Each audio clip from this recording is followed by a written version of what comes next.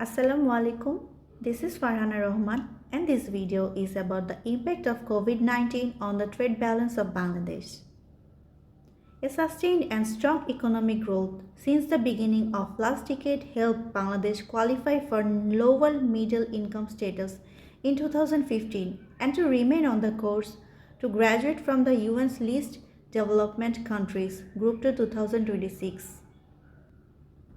Registering 10.25% average annual growth rate over the last two decades. Bangladesh export earnings stood at $46.36 billion in 2019, which was 15.32% of domestic product. However, COVID-19 driven economic slowdown inflicted damage on global export demand. According to World Bank data, world export declined by 8.98% in 2020. The pandemic, which also hit hard Bangladesh economy, slashed real GDP growth to 3.51% in FY20 from 8.15% in FY19 and reduced exports sharply by 16.23% to 12.18% of GDP. However, graduation from LDC group poses some challenges of Bangladesh economy. Particularly to the export sector, LDC graduation would relinquish a number of trade preferences and privileges that Bangladesh is currently enjoying in its major export demonstration, creating a risk of losing significant amount of export in the post-graduation period. Bangladesh, like many others across the globe, struggled with the number of infections and new normal of COVID-19 social distancing, virtual meeting, online classes, etc. since reporting their first case on March 8, 2020. As a result, people across all socioeconomic backgrounds had been adversely affected. On the biggest contribution to this surplus was the current account surplus, which accounts for the next export, net income transfer, and net current transfer.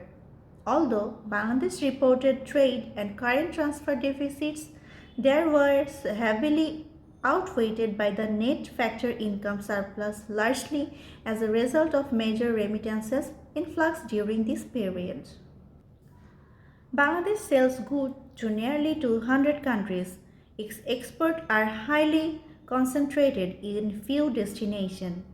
In FY21, around 70% of the country's total export earnings came from three markets, such as the European Union, the United States, and UK, facilitated by the duty-free and quota-free access.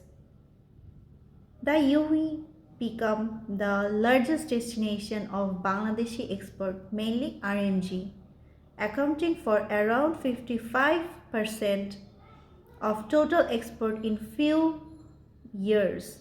However, the US is the single largest export destination that accounted for around 50% of Bangladeshi export.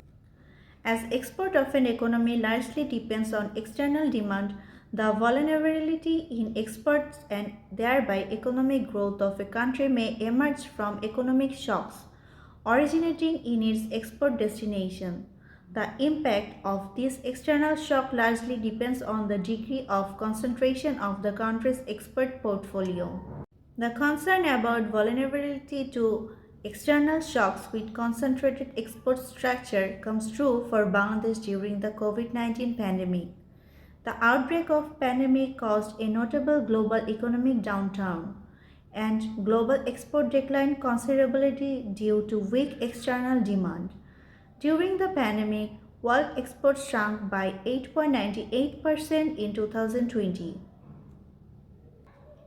Bangladesh has emerged as a high-growth country in 2010s, which helped the country to qualify for lower middle-income status in 2015 and to fulfill the prerequisites for LDC's graduation involving income per capita, human assets, and economic and environmental factors.